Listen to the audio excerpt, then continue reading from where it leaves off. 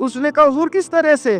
آپ فرمانے لگے تیرے لیے قیمتی جوڑا اس لیے خریدا ہے کہ تو جوان ہے، اور میں نے اپنے لیے اس لیے چھوٹا خریدا ہے کہ میں تو اب بوڑھا ہو گیا ہوں، مجھے تو عادت نہیں۔ کہنے لگا حضور بوڑھے اور جوان کا مطلب نہیں، آپ علی ہیں۔ من کنت مولا فہذا علی، علی مولا، علی مولا، آپ چونکہ مولا علی ہے اور آپ امیر المومنین ہیں، لہذا آپ نے تخت پر بیٹھنا ہے، آپ نے سلطنت کو چلانا ہے، آپ پہنیے۔ حضور جلدی فرمانے لگے تو میرا غلام بنا ہے نا، تو نے ابھی میرے نبی کا دیدار نہیں نہ کیا، تو بعد میں آیا ہے نا، اگر تو اس دور میں ہوتا تو جان جاتا کہ یہ عمل میرا ہے، پر اس کے پیچھے جو نصیحت کے پھول ہیں وہ مصطفیٰ کی عطا فرما۔ محمد بن حنبل رحمت اللہ تعالی علیہ فرماتے ہیں مارکیٹ گیا، منڈی گیا، ایک غلام خرید کے لایا، گھر آ کے میں نے اس کو پوچھا تیرا نام کیا ہے؟ کہنے لگا حضور غلاموں کا نام نہیں ہوتا، آپ کسی اور کو بھی آواز دیں گے تو میں سمجھوں گا مجھے ہی بلا رہے ہیں۔ آپ نے فرمایا تو کھائے گا کیا؟ کہنے لگا حضور غلاموں کے نخرے نہیں ہوتے۔ امام شاہ فرماتے ہیں مجھے وجد ہو گیا اس کی باتوں سے، میرا وجود کے رونگٹے کھڑے ہو۔ میں نے تیسرا سوال پوچھا، میں نے کہا تو یہ کمرے ہیں حجرے کوئی پسند کر لے، کہاں رہے گا؟ کہتا وہ رو پڑا، میرے پاس آ گیا، کہنے لگا حضور مجھے غلام ہی رہنے دے، میری عادتیں نہ خراب کریں، حضور آپ جہاں آپ کا دل کرے میں اشارہ کر دینا، میں وہی سو جاؤں گا۔ امام صاحب کہتے ہیں میں نے اسے کہا اٹھو یار، وہ کھڑا ہوا تو میں نے کہا سینے لگ جا، تو آزاد ہے، تو غلام بننے کے نہیں، تو آقا بننے کے قابل ہے۔ تو راتی جاگے تے شیخ صدامے تے راتی جاگ دے کتے تیتھو اتے۔ حضرت بابا بلے شاہ صاحب نے بڑی پتے کی بات سمجھائی، کہنے لگے تو نے ایک کتا رکھا ہوتا ہے، تو اس کا مالک ہوتا ہے، ایک روٹی تو ڈالتا ہے اسے، کتا دوسری مانگے تو جوتا اٹھا لیتا ہے، اور فرمایا وہ ایک روٹی کھا کے نا ساری رات تیری پہرے داری کرتا ہے، ایک لقمے کی وجہ سے ساری رات کتا تیرے دروازے پہ کھڑا ہے۔ اور فرمانے لگے تو اسی میں سوتا ہے، وہ جا کے نا کسی نالی میں سویا رہتا ہے۔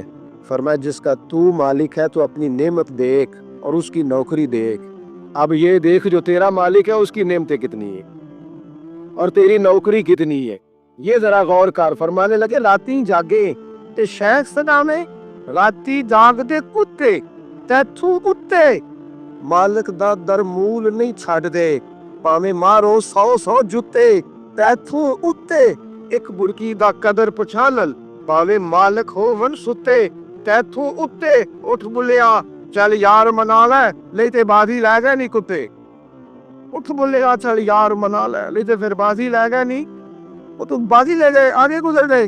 بھائی ایمان کا مطلب ہے مان لیا تو بس، مان لیا تو بس۔ مسلمان کہہ رہا کیسے ہوگا جی، نماز پڑھنے سے برکت کیسے ہوگی؟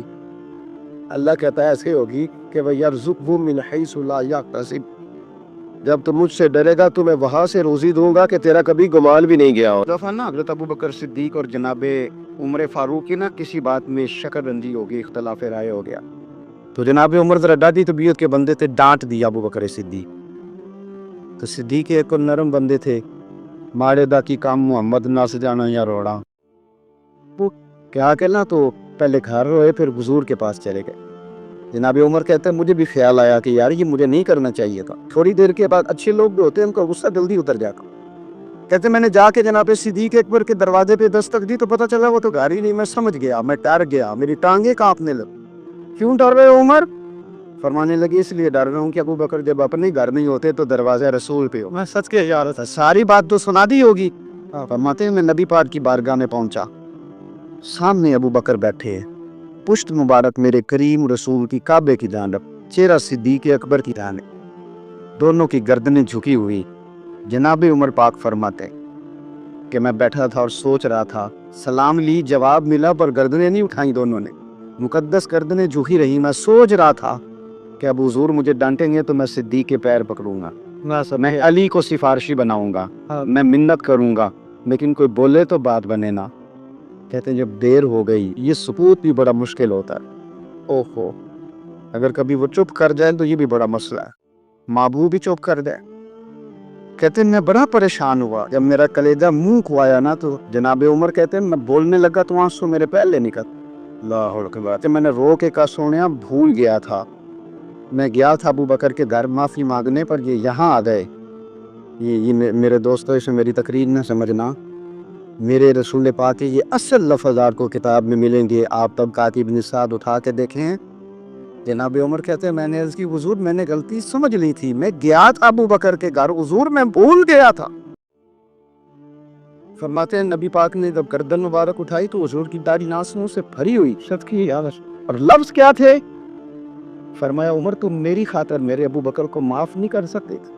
اب بات کو سن دے، یہ نہیں فرمایا ابو بکر نے غلطی نہیں کی، فرمایا چھوڑ نہیں سکتے تھے، تم میری وجہ سے میرے صاحب کو چھوڑ نہیں سکتے تھے۔